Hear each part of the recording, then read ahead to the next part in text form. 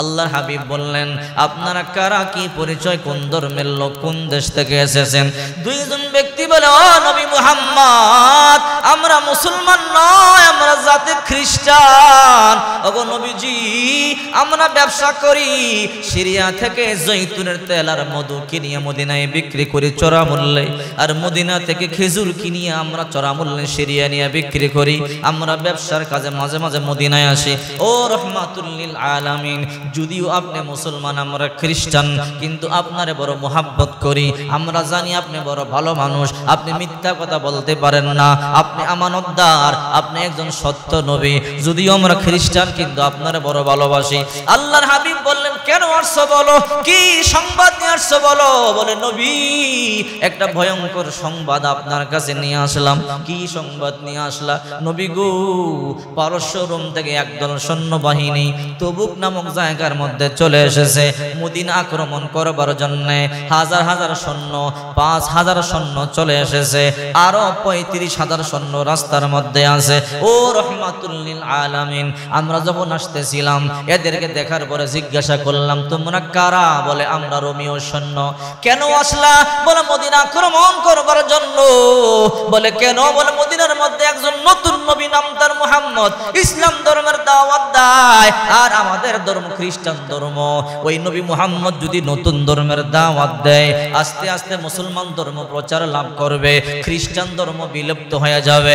এই জন্য আমাদের রোমীয় সম্রাট আমাদেরকে পাঠাইছে যুদ্ধ করবার জন্য, মদিনা নাস্তানাবুদ করে দেওয়ার জন্য, আর মুহাম্মদ নবীকে কতল করবার জন্য। ও রহমতের নবী, আমরা যদিও খ্রিস্টান, আমরা মিথ্যা কথা বলি নাই, সত্য কথা বলেছি। আর যদি আপনার বিশ্বাস না হয়, আপনি লোক মারফতে সংবাদ ওখানে পাঠান, আপনি সংবাদটা ওখান থেকে পাবেন। আপনার লোক পাঠাইয়া যাচাই বাছাই করেন।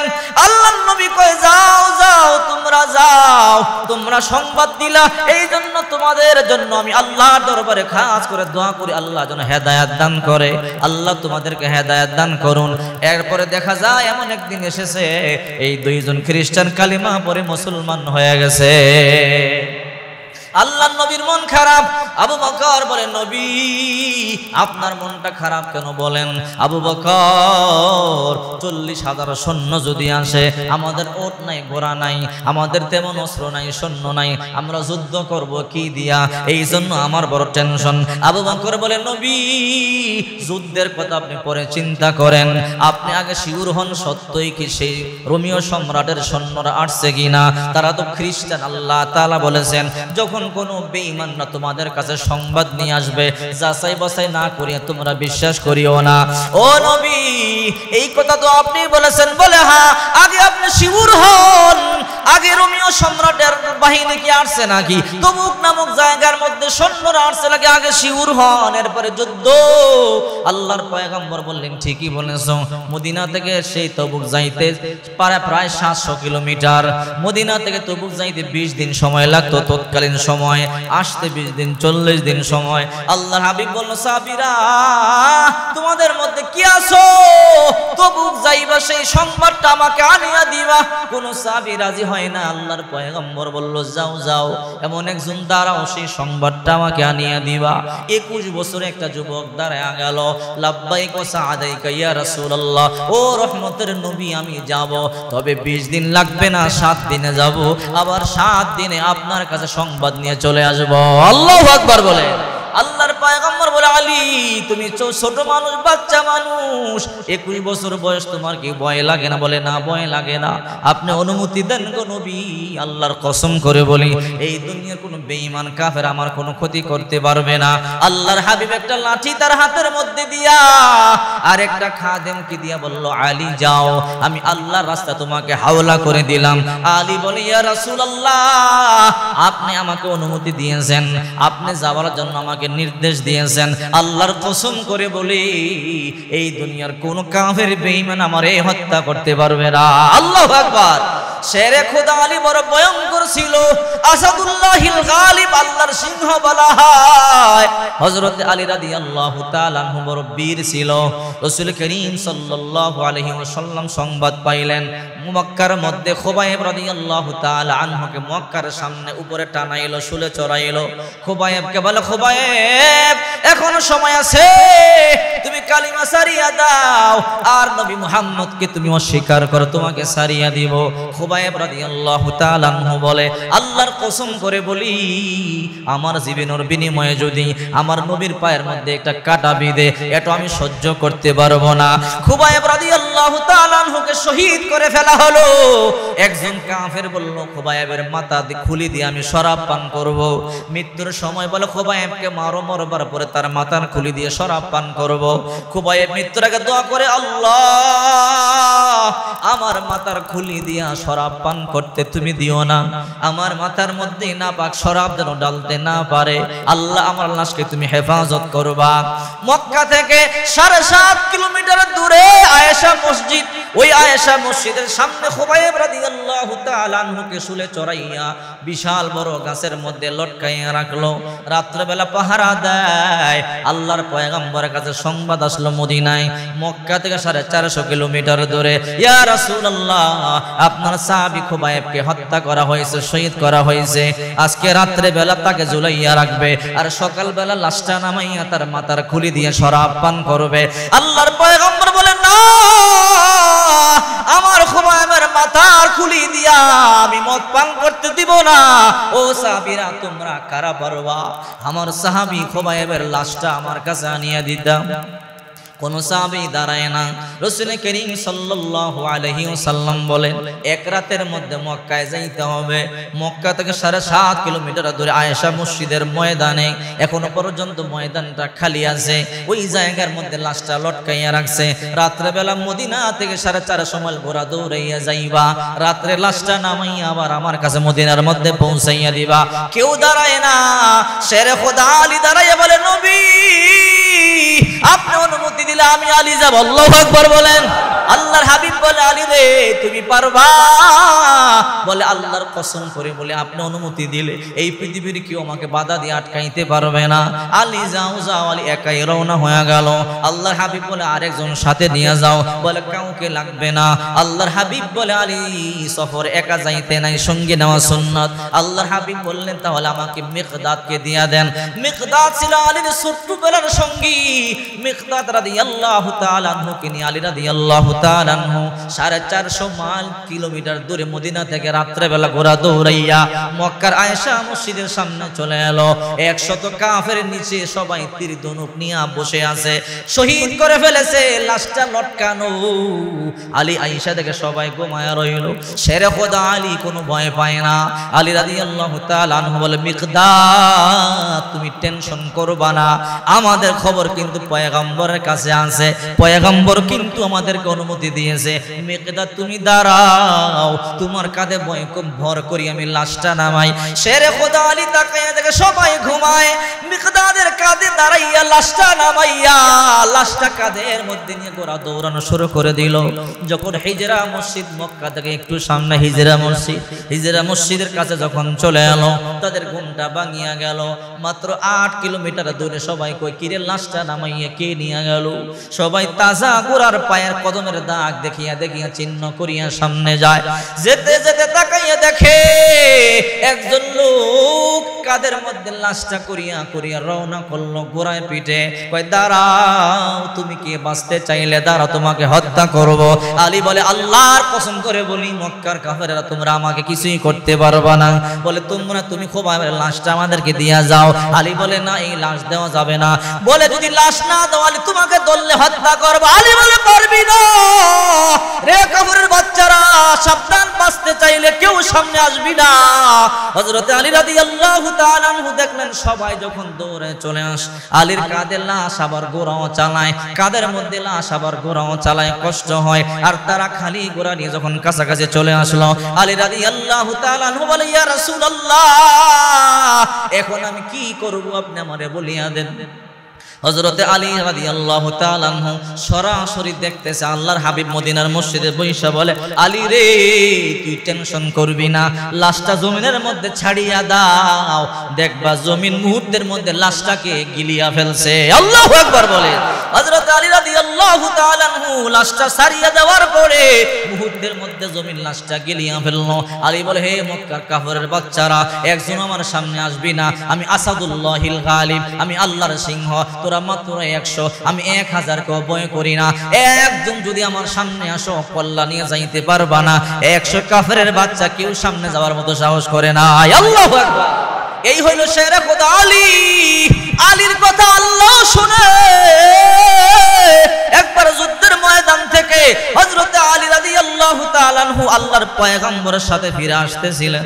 আল্লাহর হাবিব বলে, আলী আমি ক্লান্ত হয়ে গেলাম, তোমার কোলটা দাও, তোমার কোলে একটু মাথা নাকি আমি একটু ঘুমাবো, আমি একটু আরাম করব।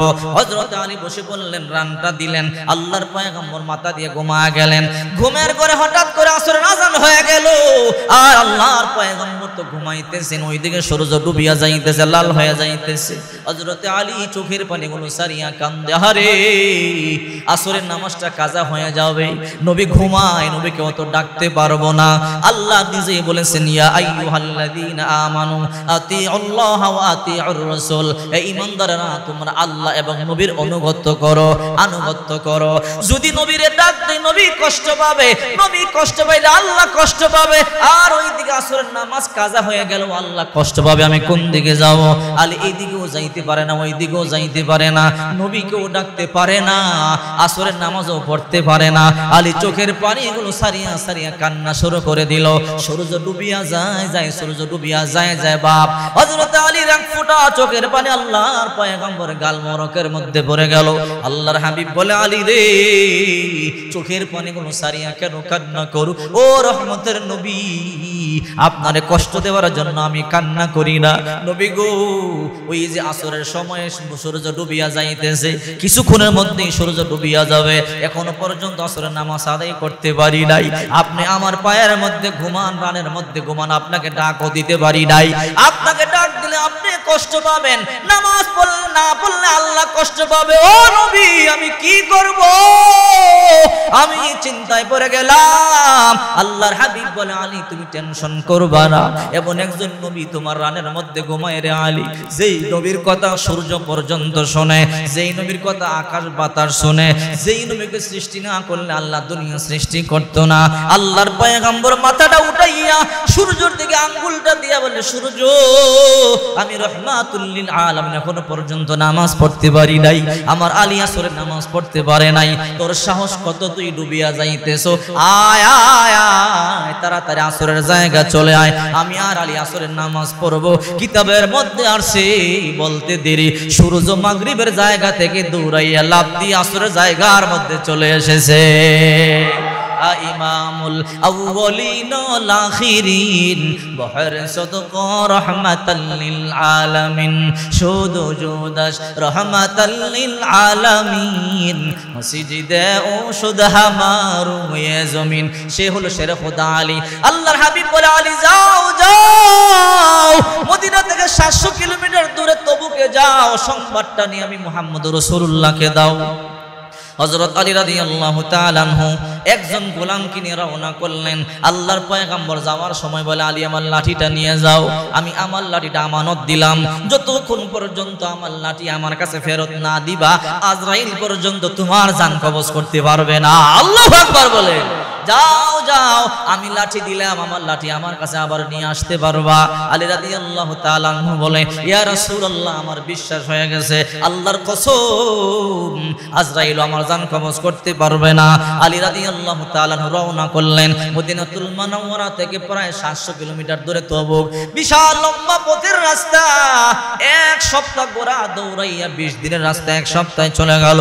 তবু প্রান্তরে গিয়া দেখে হাজার হাজার সৈন্য দেখা যায়, 40,000 সৈন্য। কেউ রান্না বান্না করিয়া খাইতেছে, কেউ আনন্দ ফুর্তি করতেছে, কেউ নাচ গান করতেছে, কেউ ওট জবাই করিয়া করিয়া খাইতেছে।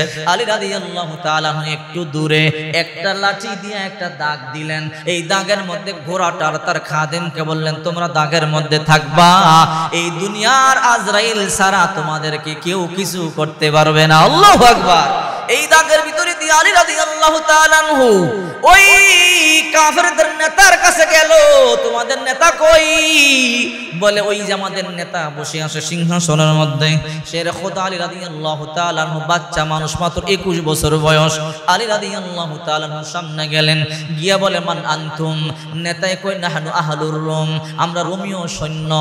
বলে আইনা তুরিদু, কই যাইবা? মদিনায় যাইবা, মদিনা আক্রমণ করবার জন্য। বলে তোমরা কোথা থেকে আসছো? রোম থেকে আসছি। আমাদের রোমীয় বাদশাহ আমাদেরকে 1 বছরের বেতন দিয়া বোনাস দিয়ে আমাদেরকে পাঠাইছে, যাও যাও মদিনা আক্রমণ করো, মদিনার নবী মুহাম্মদকে হত্যা করে ফেলো, মদিনা নাস্তানাবুদ করে ফেলো, তা না হলে আমাদের খ্রিস্টান ধর্ম বিলুপ্ত হয়ে যাবে। মুহাম্মদ নতুন ধর্মের দাওয়াত দিবে, নতুন ধর্ম দুনিয়ার মধ্যে ইসলাম ধর্ম প্রচার লাভ করবে, খ্রিস্টান ধর্ম বিলীন হয়ে যাবে। যাও যাও ওই মদিনা ধ্বংস করে দাও। শের খোদা আলী বলে, ও কাফেরের বাচ্চা, কাফেরের নেতা, সাহস তো কম নয়, মদিনা আক্রমণ করিয়া কেউ বাঁচতে পারে নাই। আমার 2টা প্রশ্নের জবাব দিবা কি? বলো। বলে কি প্রশ্ন বলো? আমার 1 নম্বর প্রশ্ন হলো, জীবনে কোনোদিন মদিনার মধ্যে গেছো নাকি? বলে না, আমরা তো যাই নাই। বলে মদিনায় গেলে কেউ আর ফিরে আসতে পারে না। বলে কি বলো? বলে মদিনার রাস্তা যে আঁকা বাঁকা, একবার ভিতরে ঢুকলে আর কেউ বাহির হতে পারে না। তখন রোমের নেতা বলে, আলী আমাদের রাহবার আছে, রাস্তা দেখাইবার লোক আছে। বলে তোমাদের ওই রাস্তা দেখাইবার লোক বার হতে পারবে না। কি বলো? বলে হ্যাঁ রে রোমীয় সৈন্য, তোমরা কয় হাজার? 40,000। তোমরা তো জানে না মদিনার নবী মুহাম্মদ 313 জন নিয়ে বদরের প্রান্তরে 1000 কাফেরকে হত্যা করেছে, 1000 কাফেরের সাথে বিজয় লাভ করেছে। উহুদের ময়দানে মাত্র মুসলমান 1000, কাফের 3000 তাও পারে নাই। খন্দকের যুদ্ধে মুসলমান মাত্র 3000, কাফের হলো 10,000 তাও পারে নাই 30,000। হে কাফেরেরা, তোমরা 40,000 গিয়ে মদিনা থেকে আসতে পারবে না। কি বলো? বলে হ্যাঁ। বলে মুহাম্মদুর রাসূলুল্লাহর সৈনিকেরা তোমাদেরকে কচু কাটা করবে। আর 2 নম্বর প্রশ্নের জবাব দাও, তোমরা কি কখনো মুহাম্মদুর রাসূলুল্লাহর সৈন্যদের সাথে যুদ্ধ করছো কিনা? বলে না না, যুদ্ধ করি নাই। বলে তোমাদের অভিজ্ঞতা নাই? বলে না, অভিজ্ঞতা নাই। বলে যাইও না, যাইলে মরবা। আর যাইলে যাইতে পারো, যদি মরবার কোনো স্বাদ থাকে যাও, মদিনায় যাইতে পারবা, কিন্তু কল্যাণে একজনও আসতে পারবা না। আল্লাহু আকবার। এবার রোমীয় নেতায় কয়, কাফেরদের নেতায় কয়, তোমার নাম কি? বলে আমার নাম আলী। বলে তোমার কি পরিচয়? বলে মদিনায় আইসো, দেখা হবে ময়দান। আল্লাহু আকবার বলে। বলে আমি আলী কথা বলি না, আমার কথা কই তরবারিতে। কি বলো? বলে আমি 1000 সৈন্যর সাথে একাই যুদ্ধ করতে পারি। বলে যুদ্ধ করতে ইটালি থেকে আসছো, রোম থেকে আসছো, তোমরা তবুকে মদিনায় যাইবা, যাইও বাইশে আসতে পারবা না। এই কথা বলি আলী চলে গেল। রোমীয় নেতা তো ভয় পেয়ে গেল। আরো 1 সপ্তাহ ঘোড়া দৌড়ে মদিনায় আসলো। আয়েশা বলে, ও রাহমাতুল লিল আলামিন, ঘটনা সত্য, কাফের রেডি হয়ে আছে, মদিনা আক্রমণ করবার জন্য তারা আসতেছে। আল্লাহর পয়গম্বর বলে, আবু বকর কি বলে? বলে হ্যাঁ পয়গম্বর, ঘটনা সত্য। যেহেতু আলী সংবাদ নিয়ে আসছে, আল্লাহর পয়গম্বর লম্বা একটা ভাষণ দিলেন। এই যুদ্ধ আল্লাহর পয়গম্বরের শেষ যুদ্ধ। সাহাবীরা রে, 3 জন মানুষ শুধু যুদ্ধে যাইতে পারবে না, আর সবাই যুদ্ধে নাম লেখাইতে হবে। 1 নাম্বার 10 মাসের গর্ভবতী মহিলা, তো যখন তখন প্রসবের বেদনা শুরু হইতে পারে, ওই মহিলা যুদ্ধে যাওয়া লাগবে না। 2 নাম্বারে একদম শিশু বাচ্চা মানুষ, এই যুদ্ধে যাওয়া লাগবে না। 3 নাম্বারে একেবারে বয়সের বারে বাঁকা হয়ে গেছে, চলতে বড় কষ্ট হয়, যুদ্ধে যাইতে পারবে না। বাকি সবাই নাম লেখাও, একজন নাম লেখাইয়া থাকতে পারবে না। যদি কেউ নাম না লেখাও, আমি কিন্তু তারে ক্ষমা করব না, যতক্ষণ পর্যন্ত আসমান থেকে আয়াত নাজিল না হবে, তার সাথে আমার কোনো কথা নাই। এই যুদ্ধে 1000 নয়, 2000 নয়, প্রায় 28,000 সাহাবী নাম লেখাইছে। আল্লাহু আকবার বলেন। তখন মদিনায় খেজুর পাকার সময় হয়ে গেল, এদিকে খেজুর কাটার সময়। মদিনাবাসীদের সবচেয়ে দামি সম্পদ হইল খেজুর। খেজুর ঘরে উঠাইতে হবে, খেজুর না থাকলে কিন্তু খাওয়ানোই জুটবে না। এইদিকে যুদ্ধ কোন দিকে যাবে? অনেক সাহাবী মনে মনে চিন্তা করে এমন সময় যুদ্ধ করলে খেজুর কেমনে ঘরের মধ্যে উঠাইব। আবার আল্লাহর হাবিব দেখলেন অভাবের সময় চলতেছে, তখন মানুষের কাছে টাকাও নাই, পয়সাও নাই, অস্ত্র নাই, তখন সম্পদ নাই, কি দিয়া যুদ্ধ করবে? রোমিও 40,000 সৈন্যের বিরুদ্ধে যুদ্ধ করতে হলে হাজার হাজার ঘোড়া লাগবে, হাজার হাজার উট লাগবে, তরবারি লাগবে। এখন কই পাবে? আল্লাহর হাবিব লম্বা ভাষণ দিল, সাহাবীরা রে আমার শূন্য হাত, অস্ত্র দাও, টাকা দাও, পয়সা দাও, ধন দাও, সম্পদ দাও, এই যুদ্ধের জন্য যে যা পারো তাই দাও। হযরত আবু বকর বলে, ইয়া রাসূলুল্লাহ কালেকশন করেন, যদি টাকা পয়সা না হয় যুদ্ধে আমরা পারবো না। আল্লাহর হাবিব বলল, আবু বকর তুমিও বাড়িতে যাও, তুমি আগে তোমার সম্পদ থেকে যা পারো তা নিয়ে আসো। ওমর যাও, ওসমান যাও, আলী যাও। হযরত আবু বকর বাড়িতে গেল, সম্পদ তো তেমন না, যা সম্পদ ছিল সব চাদরের মধ্যে গাঁটি ভরিয়া বিশ্বনবী রাহমাতুল লিল আলামিনের কাছে আসতেছে।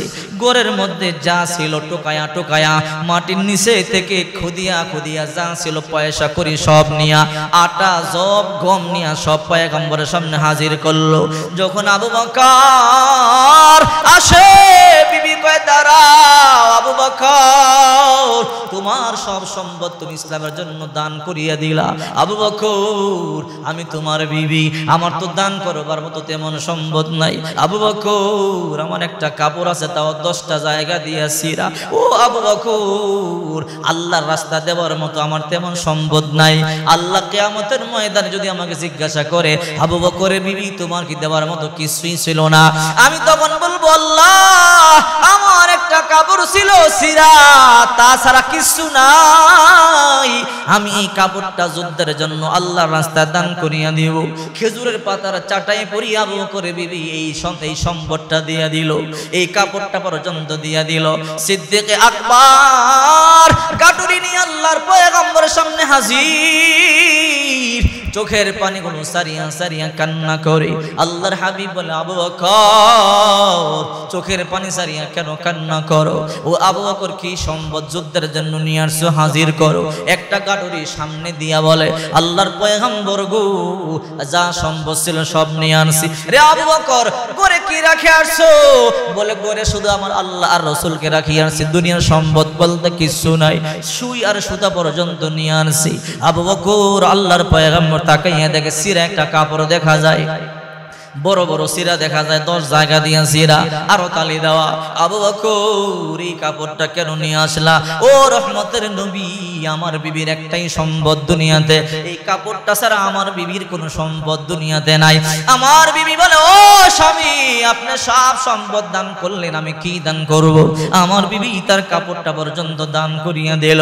আল্লাহর পয়গম্বর চোখের পানিগুলো সারিয়া কান্না করে বলে, আবু বকর তোমার আজকের দানটা আমার আল্লাহ দরবারে বড় পছন্দ হয়ে গেল। আবু বকর তো সেই সাহাবী, একদিন আল্লাহর নবী আসরের নামাজের মধ্যে দাঁড়াইয়া গেল। আবু বকর ঘরে থাকিয়া ইকামত শুনতেছে, কিন্তু কাপড় নাই। আবু বকর সালার শর্ট সিরিয়া গেছে, সালার শর্ট পরিধান করতে, সালার শর্টটা খেজুরের পাতা দিয়ে সেলাই করতে করতে দেরি হয়ে গেল।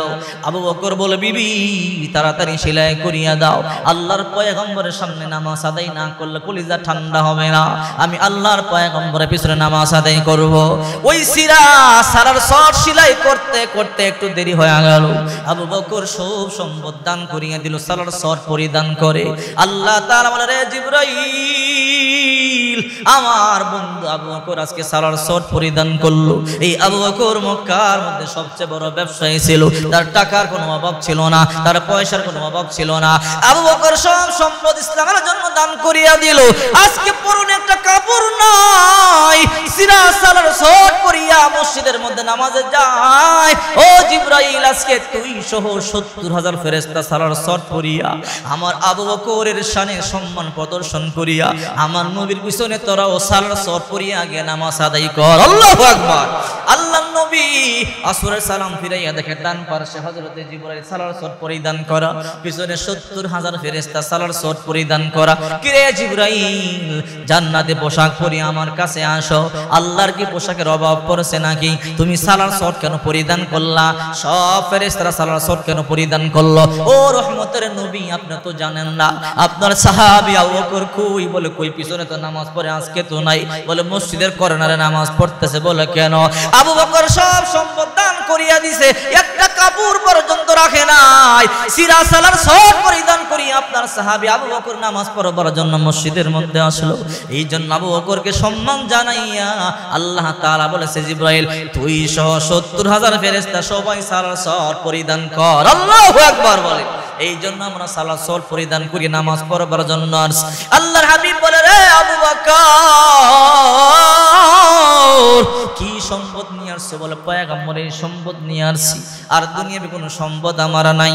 হযরতে ওমরকে আল্লাহর পয়গম্বর জিজ্ঞাসা করে, ওমর তুমি কি সম্পদ নিয়ে আসছো যুদ্ধের জন্য? ও রহমতের নবী, আজকে আমি মনে মনে প্রতিজ্ঞা করছিলাম আজকের আমলে আমি জিতিয়া যাব। আজকে যুদ্ধের জন্য সম্পদ চাইছেন, কে কতটুকু দিতে পারো দাও। আমি ভাবলাম আবু বকর গরিব মানুষ, বেশি দিতে পারবে না, আমি আমার জীবনের অর্ধেক সম্পদ সব দান করিয়া দিব। ও রাহমাতুল লিল আলামিন, আমি ভাবলাম আজকে আমি জিতিয়া যাব। আমার জীবনের উপার্জিত সব সম্পদ 2 ভাগ করিয়া 1 ভাগ নিয়ে আসলাম। কিন্তু নবী গো, আবু বকর যদি সম্পদ দান কম করে, কিন্তু তার ইখলাস বড় বেশি। আল্লাহর নবী গো, আমি আমার অর্ধেক সম্পদ নিয়ে আসলাম, আমার অর্ধেক সম্পদ দান করিয়াও আমি আবু বকরের সমান হতে পারলাম না। আল্লাহু আকবার বলেন। আল্লাহর নবী কয়, উসমান তুমি কি দান করবা? বলে নবী আপনি বলেন। আল্লাহর পয়গম্বর বলে, ওসমান তুমি 300 ওট দিবা। কই আল্লাহর পয়গম্বর দিলাম। 300 ঘোড়া দিবা? দিলাম। রে ওসমান 300 ওট আর ঘোড়া, যুদ্ধের ময়দানে যাইতে 20 দিন, আইতে 20 দিন, খাবার দিবা? দিলাম। চাবুক লাগবে? দিবা? দিলাম। তরবারি লাগবে? দিলাম। আল্লাহর নবী বলে, ওসমান আরো যা লাগে তোমার কাছে আমি চাবো দিব। ওসমান রাদিয়াল্লাহু তাআলা আনহু এমন একজন সাহাবী যা জীবনে এত সম্পদ কামাই করেছে। আল্লাহর পয়গম্বর বলেন, ওসমান তোমাকে আল্লাহ ধনী বানাইছে, ইসলামের জন্য দান করো। ওসমান যখনই বলতেন সব দান করে দিতেন। আল্লাহর নবী যখন হিজরত করে মদিনায় গেলেন, আল্লাহর পয়গম্বর বলে, ও মদিনার লোকেরা, আমার কাছে মদিনার আবহাওয়া বড় ভালো লাগে, তোমাদের আতিথেয়তা বড় ভালো লাগে, তোমাদের ব্যবহার সবই ভালো লাগে, মদিনার রাস্তাঘাট আমার কাছে সব ভালো লাগে, কিন্তু একটা জিনিস আমার কাছে ভালো লাগে না। সাহাবায়ে কেরাম বলে, ইয়া রাসূলুল্লাহ কি ভালো লাগে না? বলে মদিনার পানি আমার কাছে ভালো লাগে না, লোনা পানি, টক লাগে, খাইতে পারি না। ও সাহাবীরা কটা লাগে? তোমরা একটু মিষ্টি পানির ব্যবস্থা মানে করিয়ে দিতে পারবা কিনা? সব সাহাবীরা অবাক হয়ে গেল।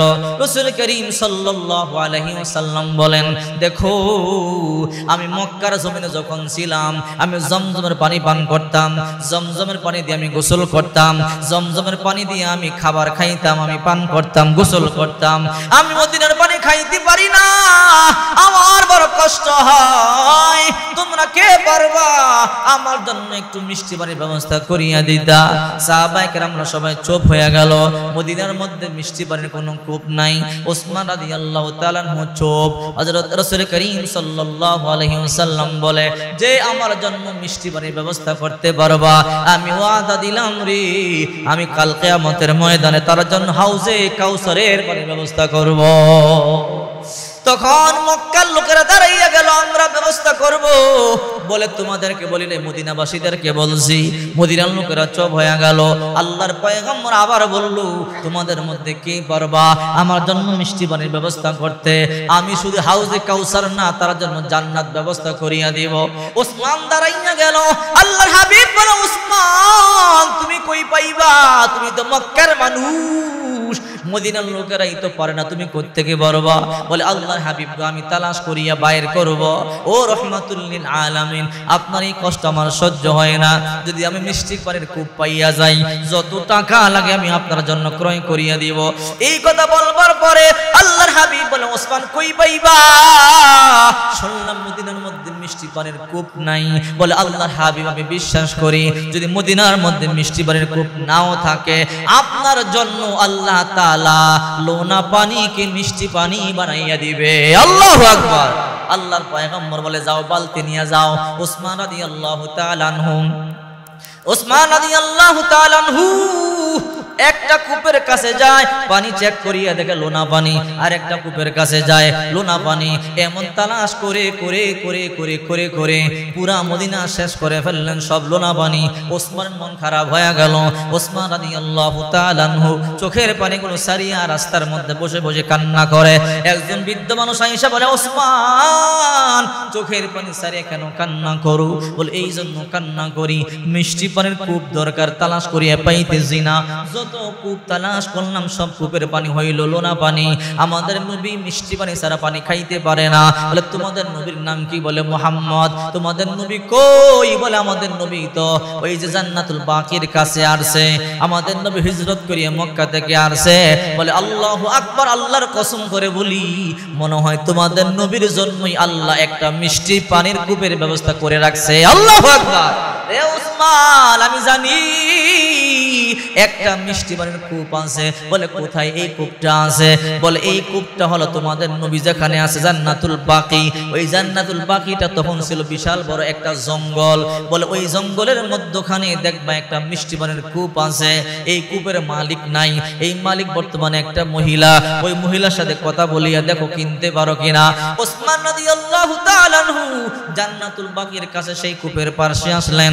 কূপের পানিটা যখন মুখের মধ্যে দিলেন, ওসমান থেকে পুরো মিষ্টি পানি। ওসমান বলে আলহামদুলিল্লাহ, আমার বিশ্বাস ছিল আল্লাহ আমার নবীর সন্তুষ্টির জন্য অবশ্যই মিষ্টি পানির ব্যবস্থা করে দিবে। ওসমান রাদিয়াল্লাহু তাআলা আনহু বলে এই কূপের মালিক কে?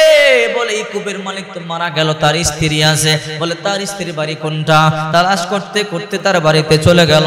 বাড়িতে যাওয়ার পরে বলে বাড়িতে নেই, বাবার বাড়ি চলে গেল।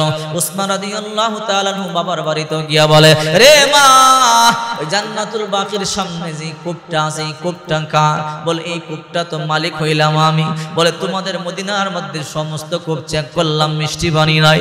এই কূপের পানি বড় মিষ্টি পানি।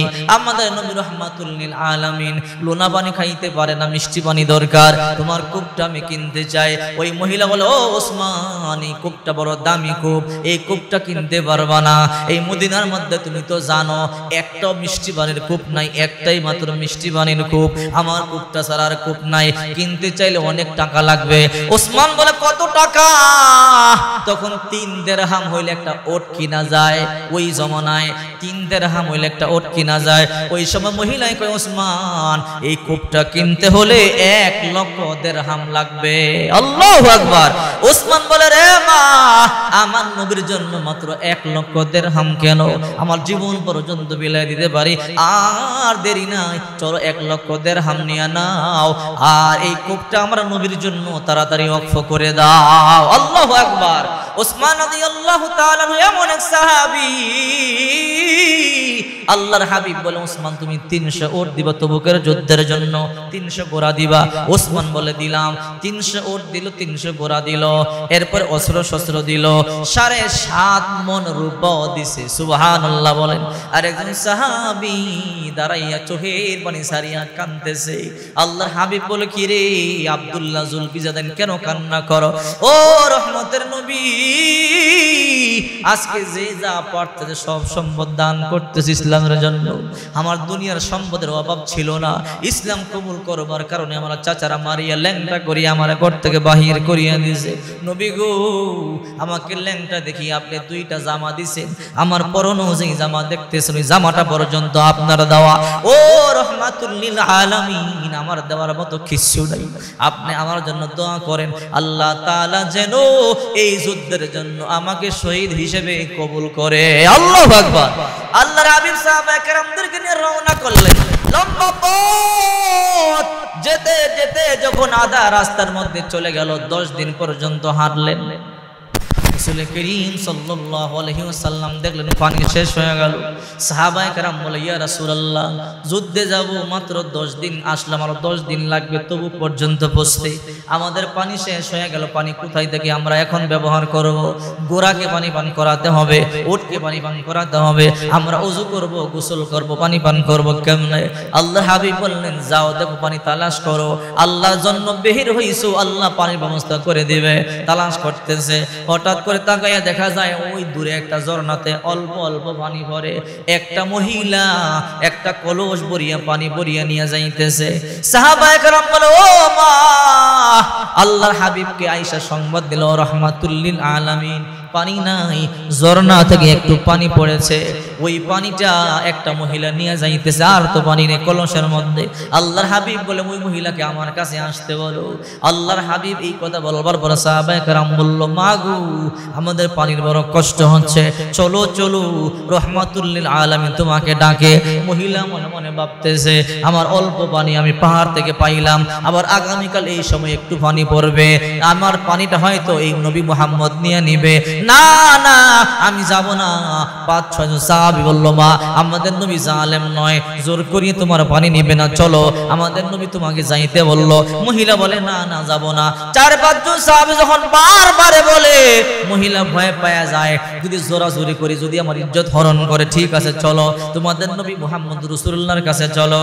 আল্লাহর হাবিবের সামনে আসলো, আসার পরে বলে, মা, তোমার কলসের মধ্যে কি? বলে, আমার কলসের মধ্যে পানি। মা, তোমার কলসটা দাও, তুমি টেনশন করবা না, তোমার কলস ভর্তি পানি দিলেই হলো। আল্লাহর পয়গম্বরের সামনে আল্লাহর পয়গম্বর বিসমিল্লাহ বলিয়া কলসটা যখন উবুত করে দিলেন, উল্টাইয়া দিলেন, পানি পড়া শুরু হইল। আল্লাহর হাবিব বলল, ও সাহাবীরা, তোমরা 30,000 সাহাবী, পানি পান করো, গোসল করো, তোমাদের বান্ডগুলো পরিপূর্ণ করো, তোমাদের যত বান্ড আছে সব পরিপূর্ণ করো, উটেরে পানি পান করা, গোরাকে পানি পান করাও। আল্লাহর কসম করে বলি, আমি নবী আবার যতক্ষণ পর্যন্ত না উল্টাবো, এই পানি আর কোনোদিন বন্ধ হবে না। আল্লাহু আকবার। এই যে কলসটা উল্টাইয়া দিছে, পানি ঝর্ণার মতো বাহির হয়। 30,000 সাহাবী গোসল করেছে, কিতাবের মধ্যে আছে পানি পান করেছে। 30,000 সাহাবী নিজের বান্ডগুলো পরিপূর্ণ করেছে, উটেরে পানি পান করাইছে, ঘোড়াকে পানি পান করাইছে, জামা কাপড় সব দহত করেছে, ওযু গোসল করেছে। আল্লাহর হাবিব বলে, ও সাহাবীরা, তোমরা শেষ করো। অনেকক্ষণ পর আল্লাহর হাবিব বললেন, তোমাদের সবার গোসল শেষ হয়েছে, ওযু শেষ হয়েছে, পানি পান করা শেষ হয়েছে? বলে, হ্যাঁ। আল্লাহর হাবিব নিজেও পানি পান করলেন। সবার প্রয়োজন যখন মিটে গেল, আল্লাহর পয়গম্বর আবার উল্টাইয়া দিয়া বলে, মা, দেখো তো তোমার কলসে পানি আসেনি। মহিলা দেখে আগের মতো পানি বিন্দু পরিমাণ কমে না। আল্লাহু আকবার। মহিলা গ্রামে চলে গেল, তো আয় আয়, তাড়াতাড়ি আয়, এমন এক নবী দেখলাম রে, এমন সুন্দর নবী কোনোদিন দেখি নাই, বুঝতে পারি না এই নবীর আদর্শ এত সুন্দর। তাড়াতাড়ি আয়, আর দেরি করব না, তাড়াতাড়ি আয়, কালিমা পড়বো, মুসলমান হব। মহিলার কথা, ওই গ্রামের সবাই কালিমা পড়ে এক মুহূর্তে মুসলমান হয়ে গেল।